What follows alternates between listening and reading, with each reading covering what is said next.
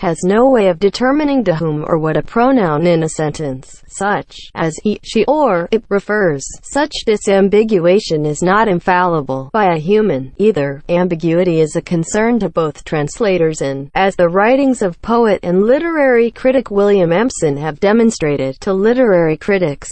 Ambiguity may be desirable, indeed essential, in poetry and diplomacy. It can be more problematic in ordinary prose. A translator is faced with two contradictory tasks. When translating, he must strive for omniscience. When reviewing his translation, he must assume the naive reader's ignorance. A translator may render only parts of the original text provided he indicates that this is what he is doing, but a translator should not assume the role of censor and surreptitiously delete or bowdlerize passages merely to please a political or moral interest. Translating has served as a school of writing for many an author, much as the copying of masterworks of painting has schooled many a novice painter. A translator who can competently render an author's thoughts into the translator's own language should certainly be able to adequately render, in his own language, any thoughts of his own. Translating, like analytic philosophy, compels precise analysis of language elements and of their usage.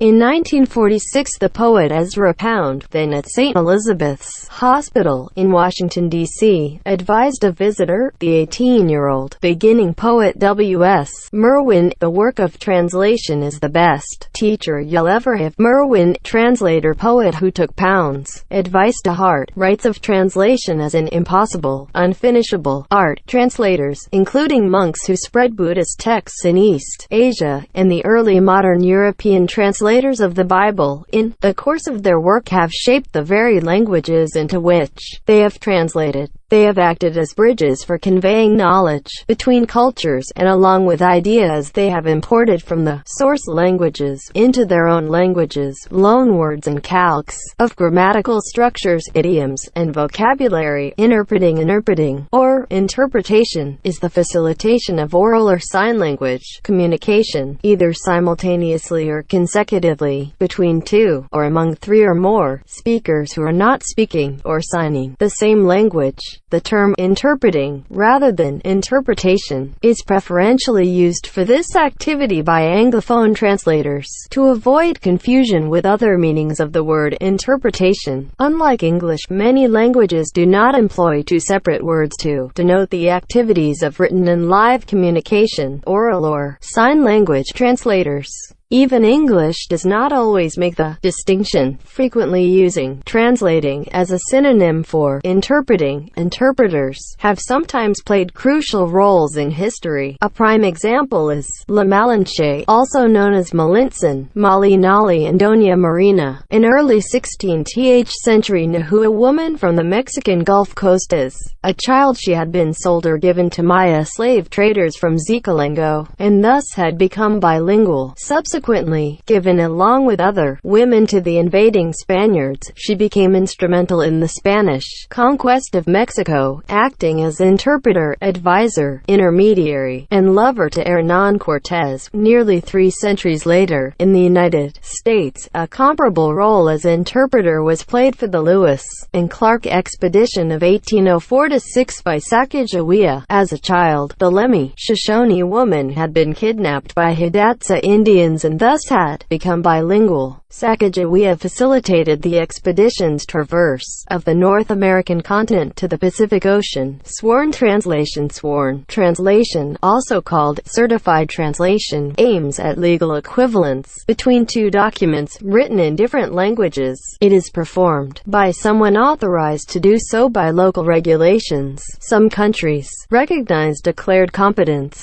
Others require the translator to be an official state appointee. In some countries, such as the United Kingdom, translators must be accredited by certain translation institutes or associations in order to be able to carry out certified translations. Telephonymony. Commercial services exist that will interpret spoken language via telephone. There is also at least one custom-built mobile device that does the same thing. The device connects users to human interpreters, who can translate between English and 180 other languages. Internet web-based human translation is generally favored by companies and individuals that wish to secure more accurate translations. In view of the frequent inaccuracy of machine translations, human translation remains the most reliable, most accurate form of translation available. With the recent emergence of translation crowdsourcing, translation memory techniques, and internet applications, translation agencies have been able to provide on-demand human translation services to businesses, individuals, and enterprises, while not instantaneous like its machine counterparts such as Google Translate and Yahoo Babelfish. Web-based human translation has been gaining popularity by providing relatively fast, accurate translation of business communications, legal documents, medical records, and software localization. Web-based human translation also appeals to private website users and bloggers. Contents of websites are translatable, but URLs of websites are not translatable into other languages. Language tools on the Internet provide help in understanding text. See reference link. Computer-assisted translation (CAT), also called computer-aided translation, machine-aided human translation (MUT), and interactive translation, is a form of translation wherein a human translator creates a target text with the assistance of a computer program. The machine supports a human translator. Computer-assisted translation can include standard dictionary and grammar software. The term, however, normally refers to a range of specialized programs available to the translator, including translation memory, terminology management, concordance, and alignment programs. These tools speed up and facilitate human translation, but they do not provide translation. The latter is a function of tools known broadly as machine translation. Machine translation (MT) is a process whereby a computer program analyzes a source text and, in principle,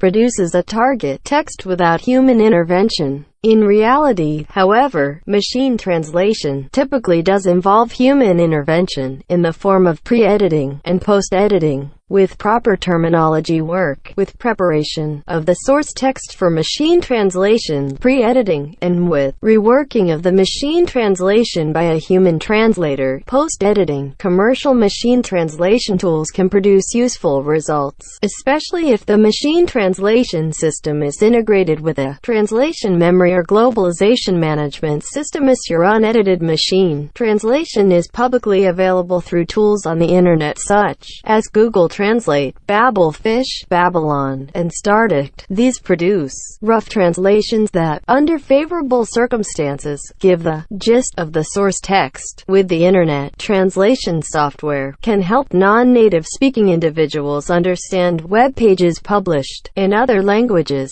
Whole-page translation tools are of limited utility, however, since they offer only a limited potential understanding of the original author's intent and context. Translated pages tend to be more erroneously humorous and confusing than enlightening. Interactive translations with pop-up windows are becoming more popular. These tools show one or more possible equivalents for each word or phrase. Human operators merely need to select the likeliest equivalent as the mouse glides over the foreign language text. Possible equivalents can be grouped by pronunciation. Also, companies such as Octaco produce pocket devices that provide machine translations, relying exclusively on unedited machine translation. However, ignores the fact that communication in human language is context embedded and that it takes a person to comprehend the context of the original text with a reasonable degree of probability. It is certainly true that even purely human-generated translations are prone to error. Therefore, to ensure that a machine-generated translation will be useful to a human being in that publishable quality translation is achieved, such translations must be reviewed and edited by a human.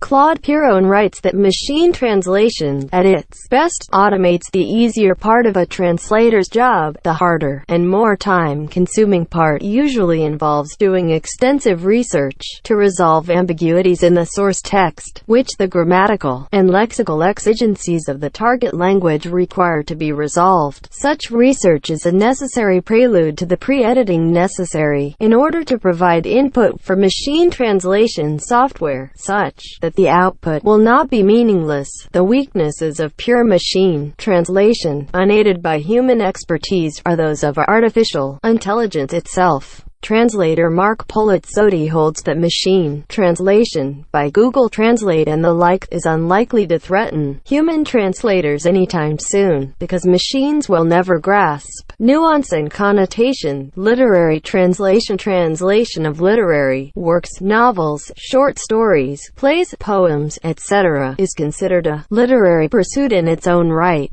Notable in Canadian literature, specifically as translators, are figures such as Sheila Fishman, Robert Dixon, and Linda Gaboriau, and the Canadian Governor-General's Awards annually present prizes for the best English to French and French to English literary translations. Other writers, among many, who have made a name for themselves as literary translators, include Vasily Zhukovsky, Tadeusz Boyzelinsky, Vladimir Nabokov, Jorge Luis Borges, Robert Stiller, Lydia Davis, Haruki Murakami, Aki Obihas, and Jhumpa Lahiri. In the 2010s, a substantial gender imbalance was noted in literary translation into English, with far more male writers being translated than women writers. In 2014, Maytal Roginski launched the Women in Translation campaign to address this. History. The first important translation in the West was that of the Septuagint, a collection